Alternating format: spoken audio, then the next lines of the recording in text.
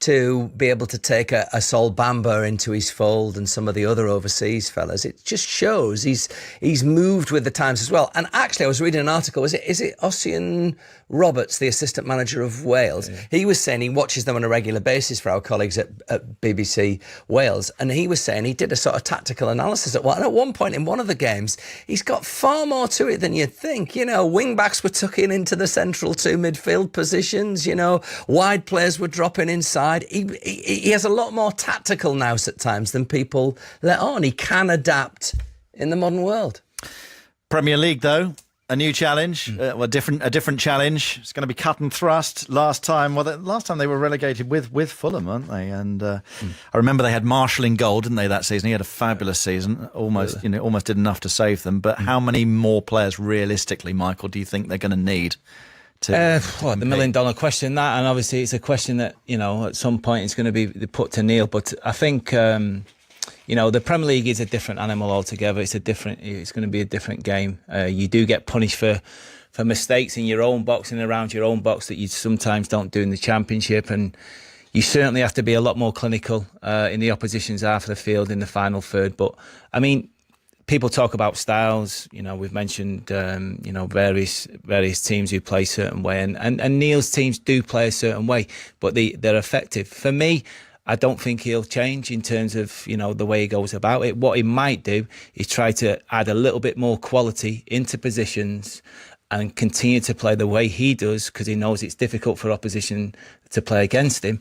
And if you get that little bit of extra quality and keep the system the same way and the philosophy the same way, you give yourself a fighting chance of staying in the league. I suppose Vincent Tan will have a big say in this, because he would feel had the whole Marky Mackay and Moody thing with recruitment last time around and the repercussions of that. So it's how tightly he controls those purse strings and what influence he has to bring the right individuals in. And there was a Cardiff fan on breakfast this morning on 5 Live, I heard, who said this really will mean so much, because, as you say, there's been so much upheaval over the last few years. Not just that you mentioned, Clem, but remember the rebranding and the red shirts and the hoo-ha that caused, and just that there is a feeling now that there is the chance for a bit of Cardiff stability, which has not been around, has it? But now back in the Premier League for next season. Yeah, mind you, tonight is just, I mean, you don't need an excuse for a night out in Cardiff. There'll be no stability tonight, on the streets of Cardiff with a bank holiday to recover tomorrow. It is going to be some night in the Welsh capital tonight. That famous queue for the taxis is going to stretch halfway to Swansea, I would think, tonight. Yeah. Cardiff are going up. That was an interesting point that texter made about Swansea's survival. Wouldn't it be great for Wales, for South Wales, to have two sides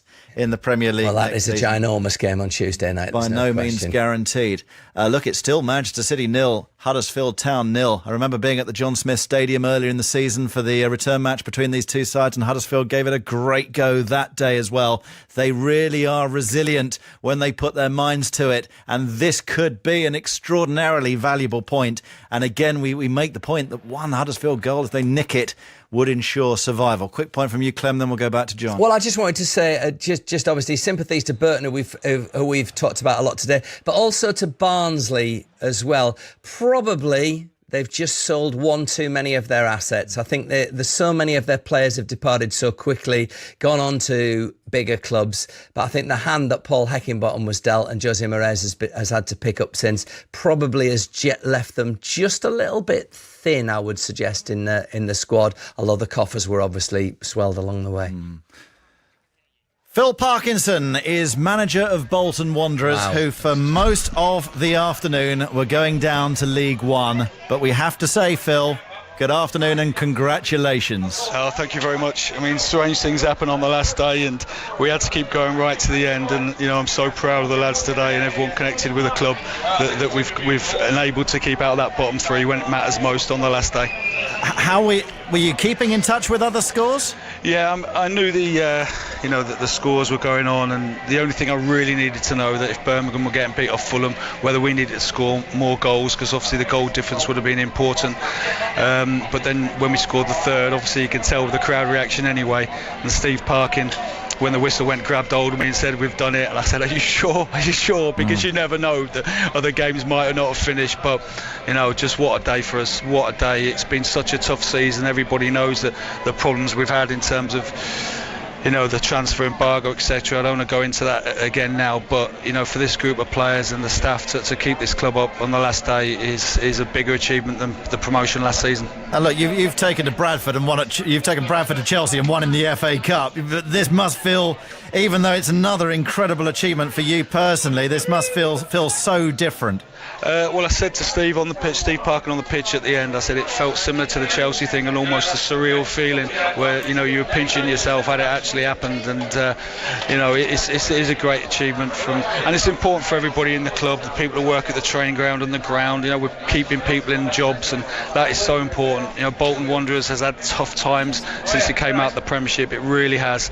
We haven't invested any money in the squad. Now this squad needs really building up, and